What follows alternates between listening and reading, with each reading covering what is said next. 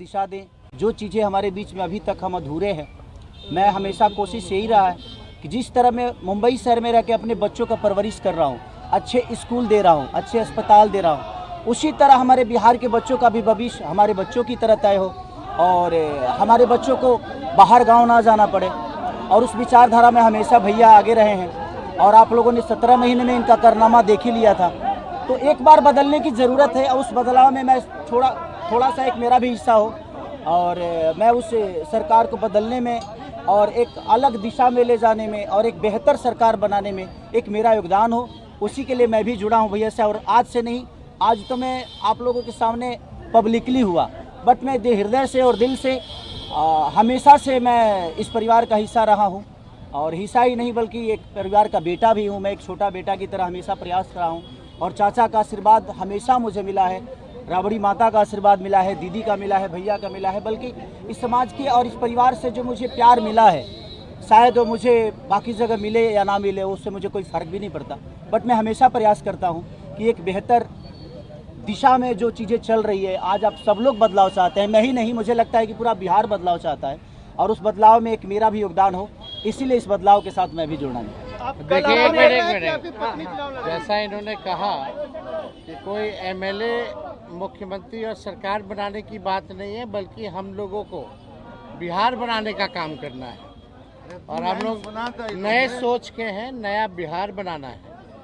पढ़ाई, दवाई, कमाई, सिंचाई, सुनवाई और कार्रवाई वाली सरकार, एक ऐसा बिहार बनाए जो पलायन मुक्त हो, बेरोजगारी जो है जड़ से समाप्त हो, महंगाई गरीबी खत्म हो, कारखाने लगे, निवेश आए, उद्योग आए, शिक्षा चिकित्सा व्यवस्था जो है बेहतर हो। और मुझे बड़ी खुशी है कि हम सब लोग नौजवान मिलकर के, आप ये भी जानते होंगे, हम भी, हमारी तो लड़ाई रही है कि भाई बेरोजगारी को जड़ से समाप्त किया जाए।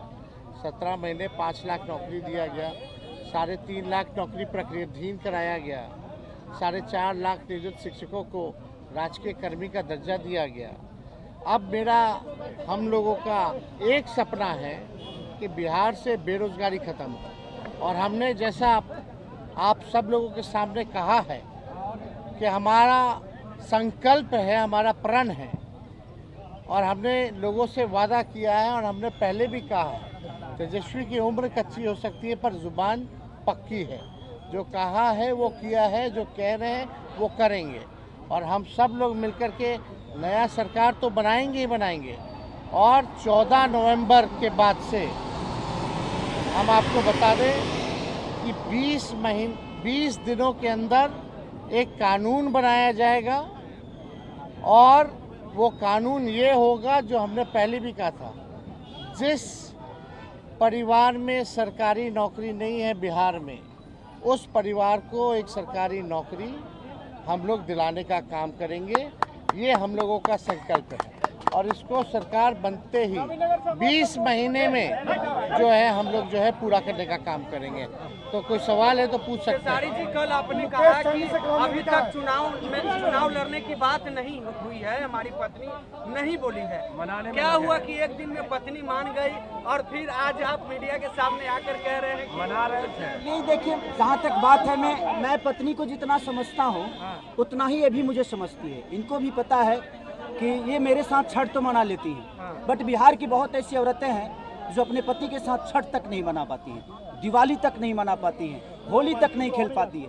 तो मैंने इनसे बोला कि बिहार बदलाव की तरफ जा रहा है, हम चाहते हैं कि हमारे यहाँ के माता बहन बेटी 24 घंटा अपने पति की सेवा करे और 24 घंटा अपने परिवार के साथ वो पति रहे, वो इंसान रहे। तो ये तभी संभव है जब हमारे यहाँ रोजगार होगा। तो उस बेरोजगारी को ख़त्म करने के लिए मैं आपको आगे करना चाहता हूँ।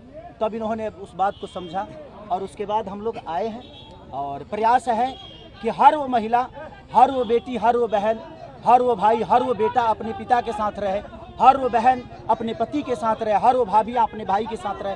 तो मेरी ये प्रयास है कि आजीवन जिस तरह बाकी शहरों में लोग अपने पति पत्नी के साथ, अपने परिवार के साथ, अपने माँ बाप के साथ रह के और खुशियों के त्यौहार में रहते हैं, उसी तरह हमारा बिहार भी कोई जाए ना, गुजरात के लोग यहाँ आकर काम करे, कलकत्ता के लोग यहाँ आके काम करे, दिल्ली के लोग यहाँ आकर रोजगार करे। हम यही चाहते हैं और इस संवाद के साथ आप सबको दे चुनाव आप लड़िएगा या पत्नी लड़ेगी? चुनाव आप लड़िएगा या पत्नी लड़ेंगी आपकी? ये लड़े चाहे मैं लड़े, अर्धांगिनी है ना हम, हाँ जी। एक ही बात है। देखिए, जीवन में पति पत्नी का जो प्रेम होता है ना, वो दुनिया में उससे बड़ा प्रेम नहीं है। माँ बाप के बाद अगर कोई संभालता है किसी बच्चे को, वो आपकी अर्धांगिनी ही होती है। तो मैं लड़ूं या ये लड़े, बात एक ही है। आरजेडी आपने क्यों चुना?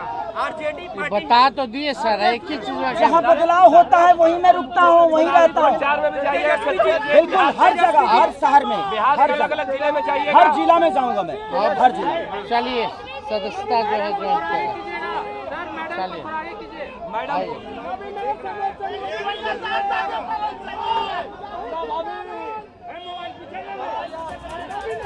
चलिए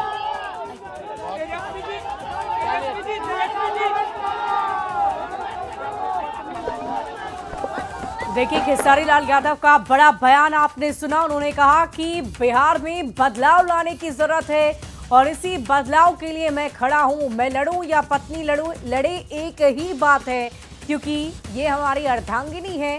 खेसारी ने आरजेडी की सदस्यता ग्रहण कर ली है। बड़ी खबर आपको बता रहे हैं, खेसारी की पत्नी ने भी सदस्यता ग्रहण की है।